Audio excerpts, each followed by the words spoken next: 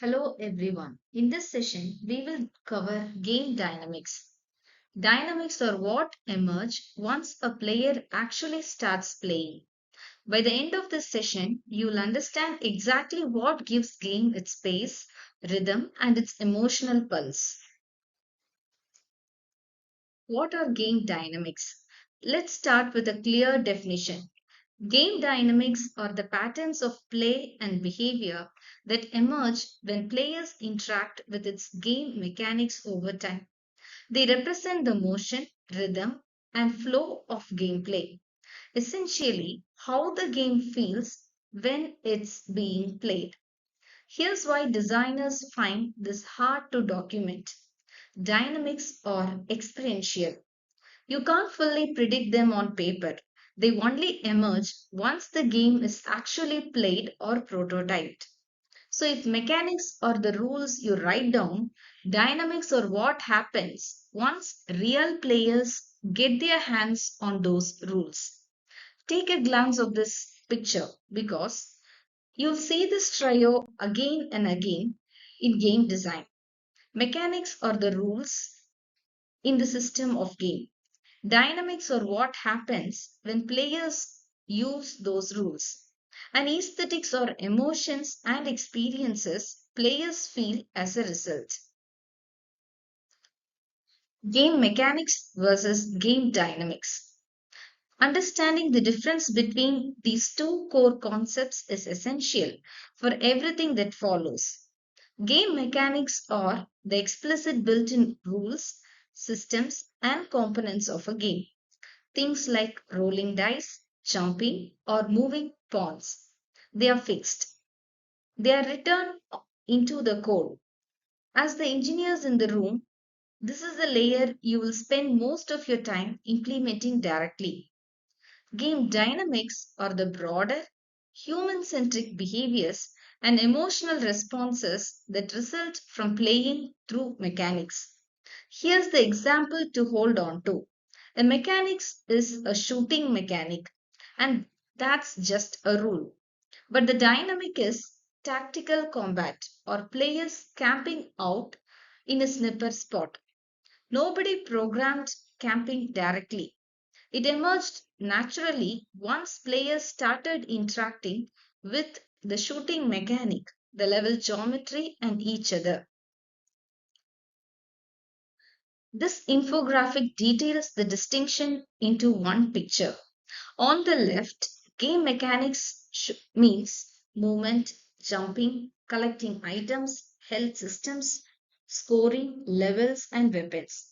These are designed by developers and they exist before the game is ever played.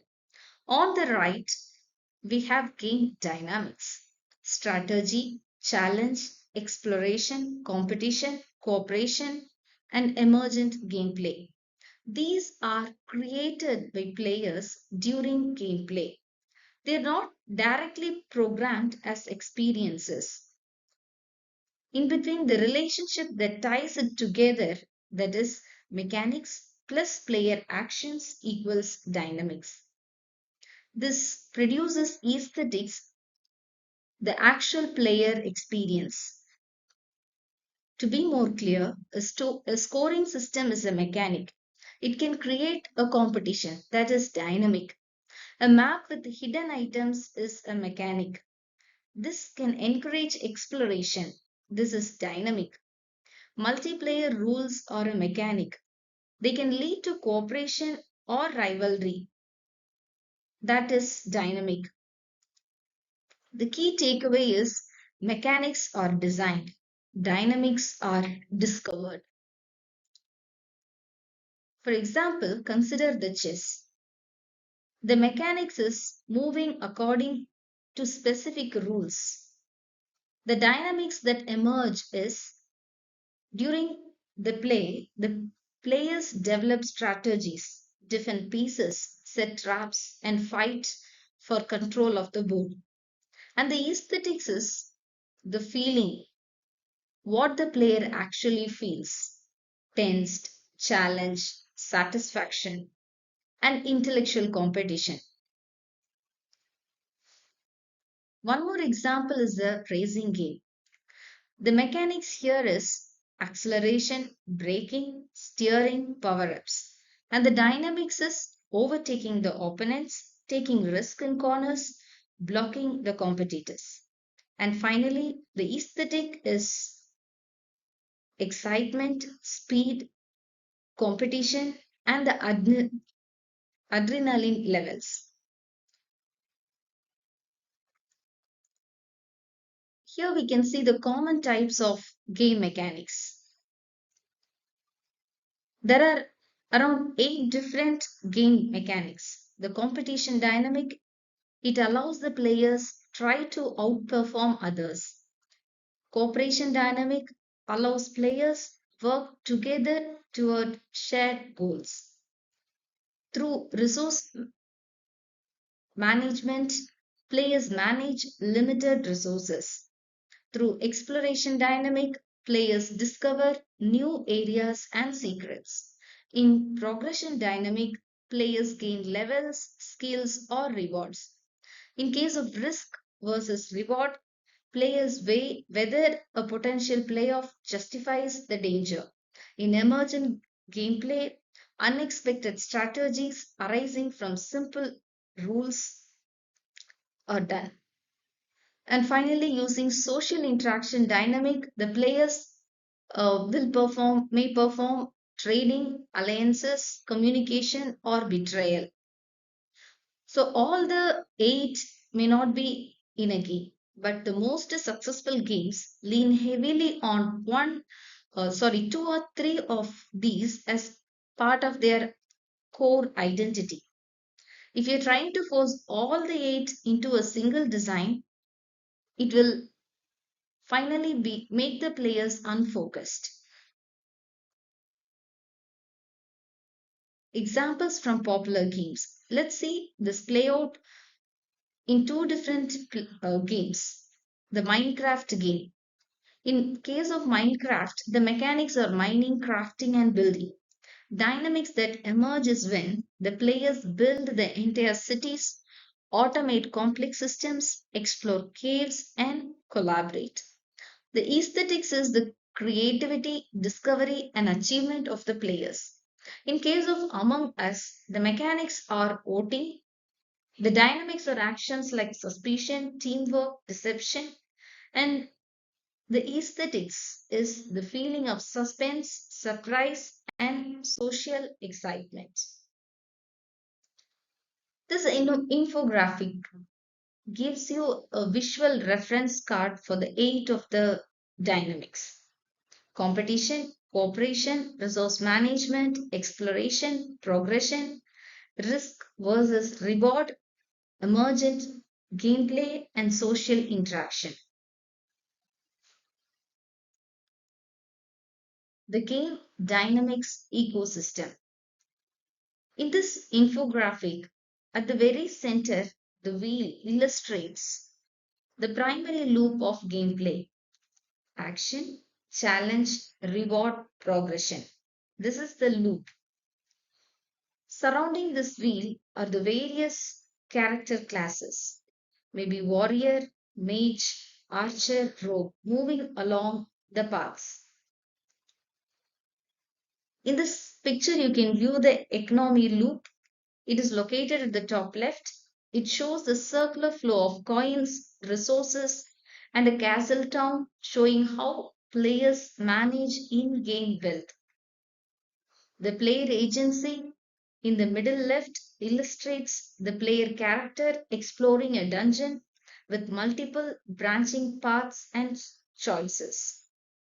The risk and reward is illustrated at the bottom left, showing a player confronting a giant monster next to a treasure chest, representing high stakes choices.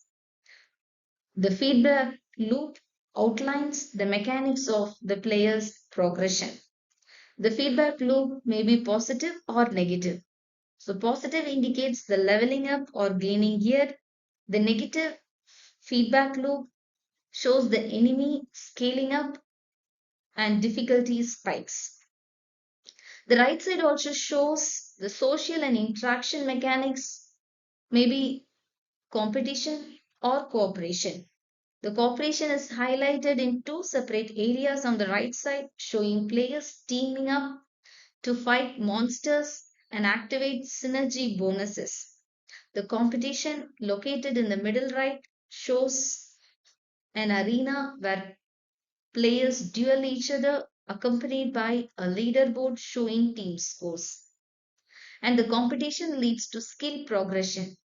The skill progression is shown through the dashboard with UI elements and character leveling. And at the bottom, you can check a crowd of players cheering and interacting, emphasizing the social ecosystem outside the direct gameplay. And the upper right corner shows the line of code and holographic scenes, hinting at the underlying system design and programming that power all these dynamics. The heartbeat of gameplay. So, why does any of this actually matter for you as designers? Dynamics govern three things: the breadth of actions available to a player, the pace of activity, and the speed of player interactions. Together, they establish a tone and rhythm of gameplay. And here's the part what matters most. Well balanced dynamics give a game its own unique signature, even when the underlying rules are nearly identical to another game.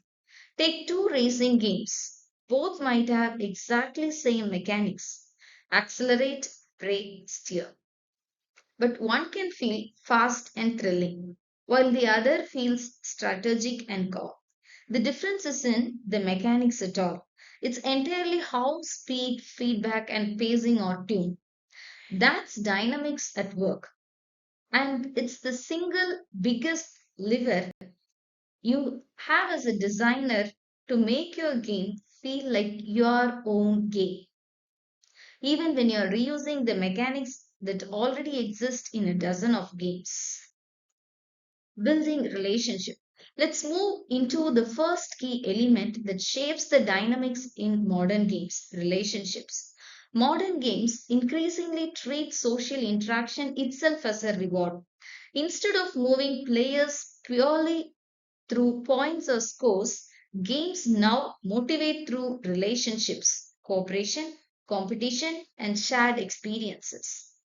Social connection has become primary source of engagement, not just a side effect of playing the game. This matters for three reasons. It encourages teamwork, empathy, it fosters a sense of community in an increasingly digital world where players may never meet face to face, and it caters a different player motivations at once. Some players are driven by competition and victory, others by connection and collaboration.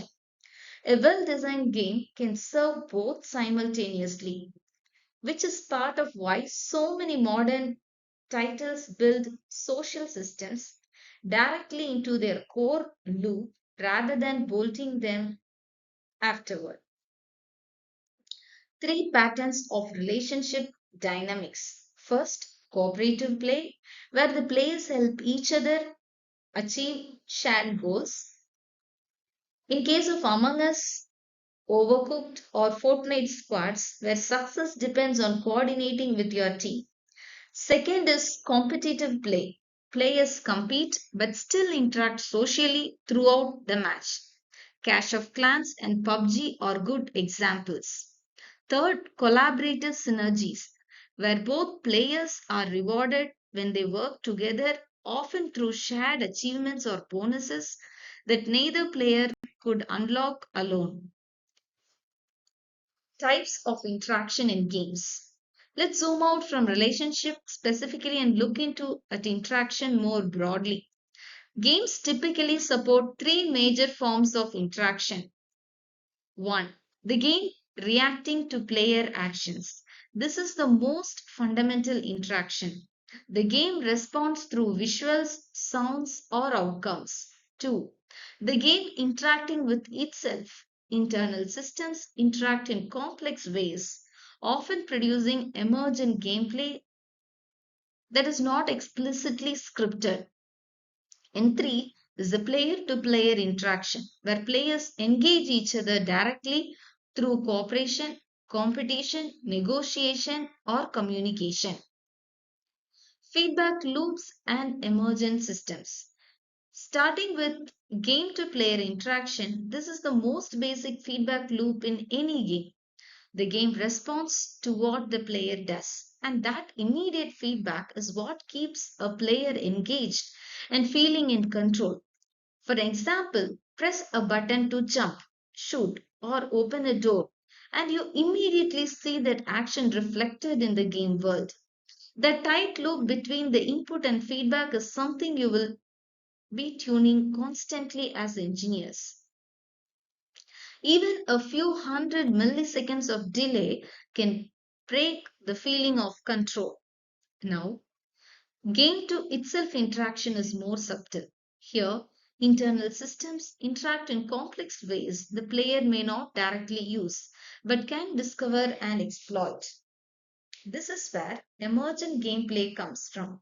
Simple rules producing surprising and complex outcomes. The classic example is Minecraft. Fire spreads naturally and water extinguishes it. Nobody designed that specific interaction as a feature. It emerged from the underlying rules of fire and water. And a clever one, players learn to exploit or prevent it creatively. Player to player interaction. This is where many great games truly shine. Player to player interaction is direct cooperation, competition, negotiation between real people, not systems. And this is exactly what turns game into a shared social experience rather than solitary one. You will see this in multiplayer board games, online team shooters, and party games, where social engagement is not just a feature bolted onto the side. It is the entire central design goal, and every other system in the game is often built to support it. Narrative environments. Now let's shift to the fourth key element, narratives. A narrative is an overarching story or context that connects the events within the game. And importantly, it can exist with or without a fixed plot. Take Super Mario Bros. Rescuing the princess through progression levels form a clear linear narrative. Now take Minecraft. There is no preset story at all. Players create their own narratives purely through exploration and survival. Emergent narrative is pre generated content that exists prior to player interaction, cutscenes, backstory, and it provides a fictional background, motivation for in game actions, and the development of the story arc. The emergent narrative, on the other hand, arises from the player's own interaction with the game, the design levels, and the rule structure. It's created moment by moment through play, and it varies from session to session depending entirely on what a player actually does. Meaning, two players can walk away from the same game with two completely different stories to tell. Components of game dynamics. Game dynamics as a whole is the flow, rhythm, and feel of the game. Types of interaction spans game to player, game to system, player to player exchanges. And it's visible in games like Minecraft, chess, and Among Us. A narrative environments is the story or context that gives meaning to gameplay. The four pillars, one underlying idea running through all of them, is dynamics. Dynamics or what turn a set of rules into an actual experience worth having.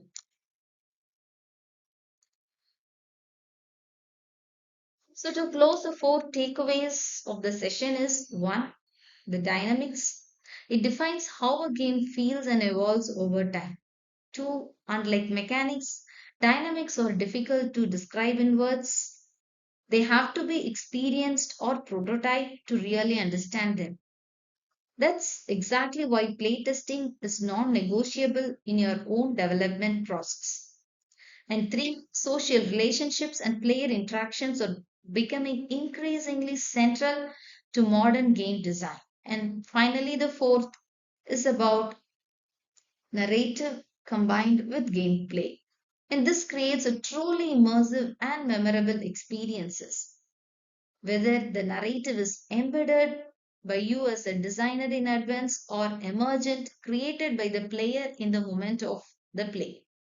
And that's for today's session. Thank you.